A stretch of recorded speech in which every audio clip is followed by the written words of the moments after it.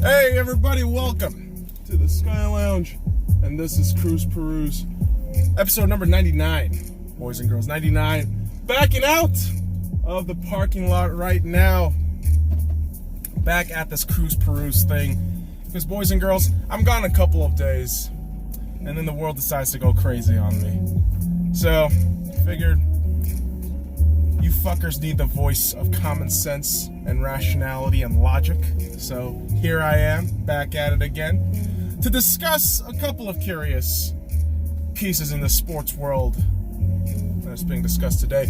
Amir Garrett of the Cincinnati Reds got a little irritated at a situation against the Pittsburgh Pirates. I believe that was in the 7th inning from what I read. And Amir Garrett just decides to just fucking go at it. The entire bullpen, the entire Pittsburgh Pirates team, he just decides to fucking go for it. You know what he did? It's not Leroy Jenkins, but it feels like that. Motherfucker, why are you speeding? You bitch ass, you fucking speeding ass cunt. Go fuck yourself, you dumb fuck. What are you fucking honking at me for, you fucking cunt bag? Why don't you fucking hurry up, piece of shit? And that's what I'm thinking Amir Garrett was probably saying to those cunt bags up in Pirates territory. I don't know, man. I don't know. It's just curious when you see shit like that. Baseball players freaking out because, baseball doesn't get a lot of notoriety. But here we are, sitting here talking about baseball players getting angry, throwing little punches here and there, thinking they're UFC fighters. Good times. Good fucking times, boys and girls. What is also a good time is when I get to see the internet freak out over a complete non-issue. Okay? Okay. Let me just start off by saying this. LeBron James is a basketball player. He's a professional basketball player. His son plays basketball in probably high school.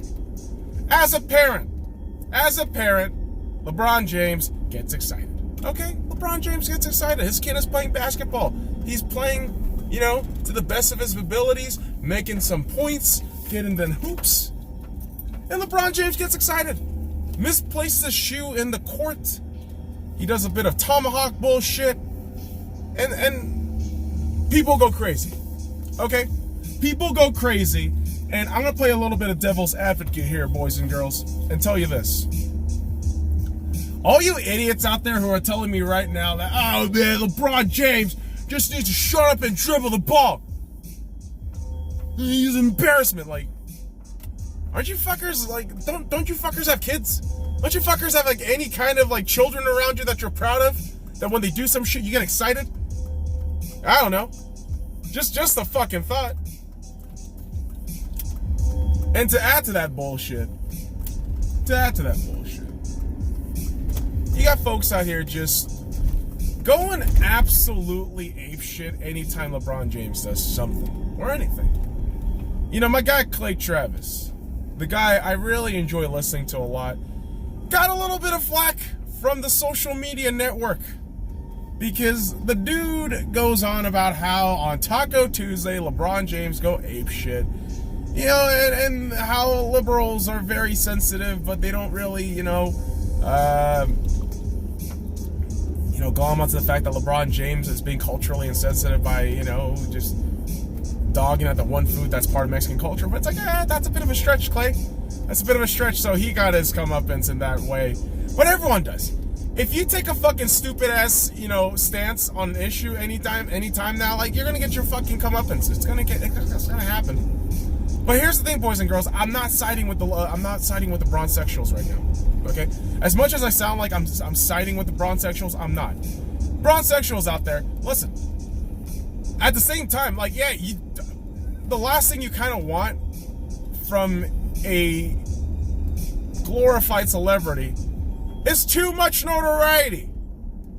Especially as a Lakers fan, it's dude, we don't want that attention. Come on, man. What the fuck is going on here? Just do your job. But it's the off season.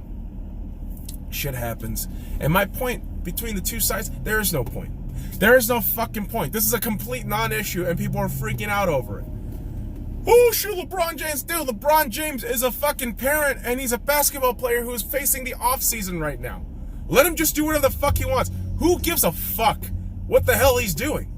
You got guys out there saying, oh, man, this is a fucking disgrace to sports, athletics. You know, the guy's making a mockery. And then you got the fucking libertards out there saying some shit like, this is representative of the cultural fiber that is the black males. Like, what are we talking about? This isn't fucking politics. This is just stupid ass sports. Why are we taking sports so seriously? What the fuck is going on? Oh my God. Boys and girls, don't put politics in sports. Okay? How many fucking times I have to tell you, all you fucking people, that politics in sports is horseshit. It's horseshit. Right? Listen. If you're having a cup of, or a fucking bowl of cereal, okay, if you're gonna have a bowl of cereal, why the fuck would you put orange juice in that shit? Why? It doesn't work. It doesn't fucking work. That's the same goddamn shit as politics and fucking sports. It's nasty as fuck. It dilutes the flavor. It doesn't even taste right. Oh my God, boys and girls, why the fuck are we bringing politics into sports? When I want to talk about sports, I want to talk about just the sports and the drama therein. And really, the NFL has been the perfect agent of that. Okay? The NFL has been absolutely perfect. This training camp right now has provided its own drama without the bullshit politics. All it is now is, will a team pay for a dude? That's the entire drama from the NFL right now. Will the team pay this dude? And one of those questions was answered today in the form of Michael Thomas, wide receiver of the New Orleans Saints, has acquired the bag, got the money.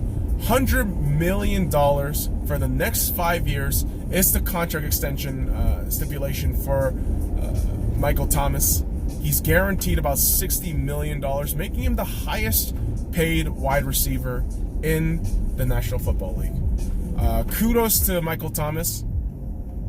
Absolute kudos to him. Back-to-back All-Star. Pro Bowler. Apologize. All-Star, Pro Bowler, same shit. He is a All-Pro first team wide receiver. Absolutely ridiculous. And listen, I'm not gonna fucking sit here and redact or edit what I said a couple weeks back. I said, listen, the question mark will come in. Is the production completely based on Michael Thomas or on Drew Brees? I say it's a combination of both. But to give him that money, I guess the Saints organization has faith that Thomas is a playmaker. His money is individually earned, aside from the fact that, yes, Drew Brees is your quarterback.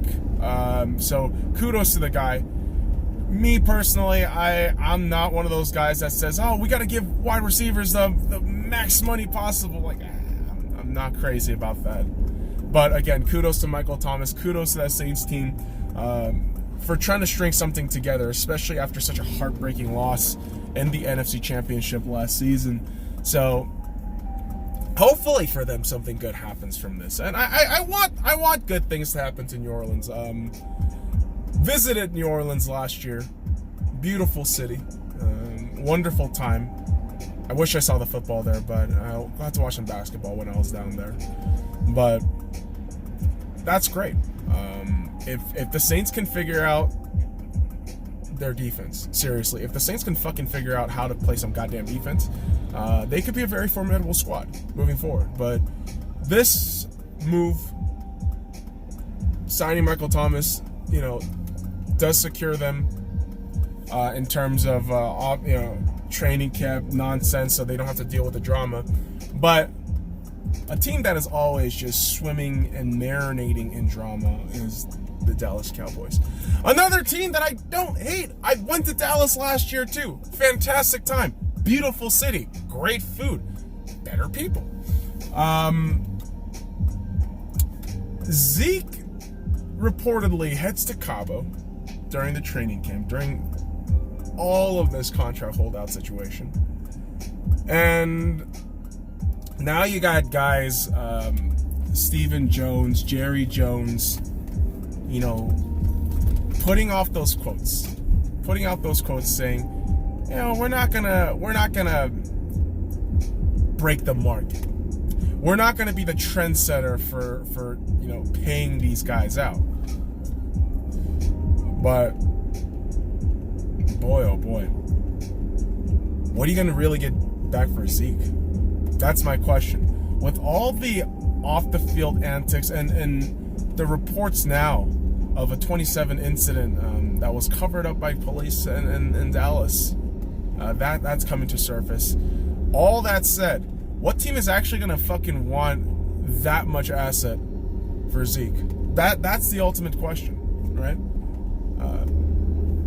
For Cowboys fans, I think the hope is that Zeke somehow learns from this, begs Jerry Jones to take him back, and get a marvelous extension that is going to be less than, what, $10 million, right? That's the ultimate hope, but that's not going to happen. That's not going to happen. Zeke is the best running back in the league. Okay, this is my opinion. I've held to that for a long time. I still believe that Zeke is the best running back in the league. With that being said, and probably Zeke understanding the context of what he is and who he is, you really think Zeke is going to fucking settle out for minimum money?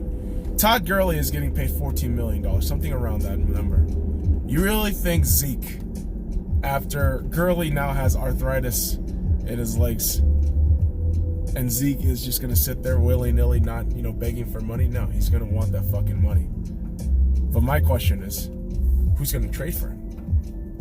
Who's going to willingly give up a shit ton of assets for Zeke? I don't think there's going to be a lot of teams.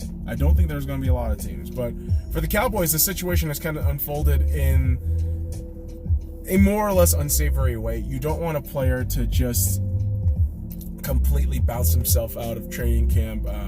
I've seen that happen with Earl Thomas last season. It did not end amicably between two parties. So right now, I mean, the Joneses are doing all the right things from their perspective to distance themselves from Zeke, and eventually when the trading happens and when the parting happens, they come off as good guys. But the reality of this situation is it's not a great look for both squads, for both sides of Zeke and the Dallas Cowboys. So Cowboys aren't going to get back the assets that they so desire, which I would imagine is a couple of firsts. But whoever, you know, trades for Zeke, it's not going to be the best situation either. He knows damn well that other teams are watching this situation right now. He knows damn well that he hasn't really placed himself in the most shining light as of the last few weeks. So it's going to be curious to find a trade partner. And from my perspective, a team has to be really desperate enough and willing to spend enough to bring Zeke in. And I got an option for a team. Call me crazy. And I want you fuckers to hear me out on this shit. I don't know the salary cap situation for the Raiders, but I would say if you are the Oakland Raiders, trade for Ezekiel Elliott. Why the hell not? Because you guys have draft picks. And let's be honest, Raiders Nation, you haven't really done much with those draft picks, especially in the first round. That was kind of a miserable fucking affair. But you get Zeke. You figured out a way to help Derek Carr. It's not Marshawn. Marshawn was never going to be your answer. The guy is way over the hill, as much as I love Beast Mode. Zeke would add that dynamic for your team. Yes, this is all being said with the fact that, yes, the Raiders' defense isn't going to be all that great. But at this point, the Raiders are such a franchise that, A, you're rebuilding. Okay? You're not going to be in the playoffs more than likely. You should just embrace that shit. And B, you're rebranding. You're going from Oakland to Vegas, and what do you need in a rebranding? You need to make sure that fans understand what your brand is and what your brand is selling. And the Raiders, in my opinion, if you're going to Vegas, you have to sell big names. You have to get jersey sales out there. And how do you get that? You already got Antonio Brown. And now, once you add a bit of flair in that running back spot of Ezekiel, Elliott, that should bolster your guys' marketing up significantly, making that transition to Las Vegas a little bit easier from the financial standpoint. As for on-the-field product, I have no idea. I really don't know. I think this upcoming season the Raiders are going to be 6-10. That's just me. But yeah, I'd say why the fuck not, man? Like, listen, I like Zeke. I actually like a lot of those guys in the Cowboys. I'm not a Cowboys hater. Okay, but Zeke's situation has kind of unfolded in a very unsavory way. If you can salvage it now, get some fucking picks. Get some goddamn picks. Because right now, it's not looking all that great. And really, if we think about it, for the Cowboys, from the Cowboys' perspective, you know why it's better for you guys to take picks? Because apparently you can actually draft players. Surprise, surprise, the Cowboys can actually draft some fucking players.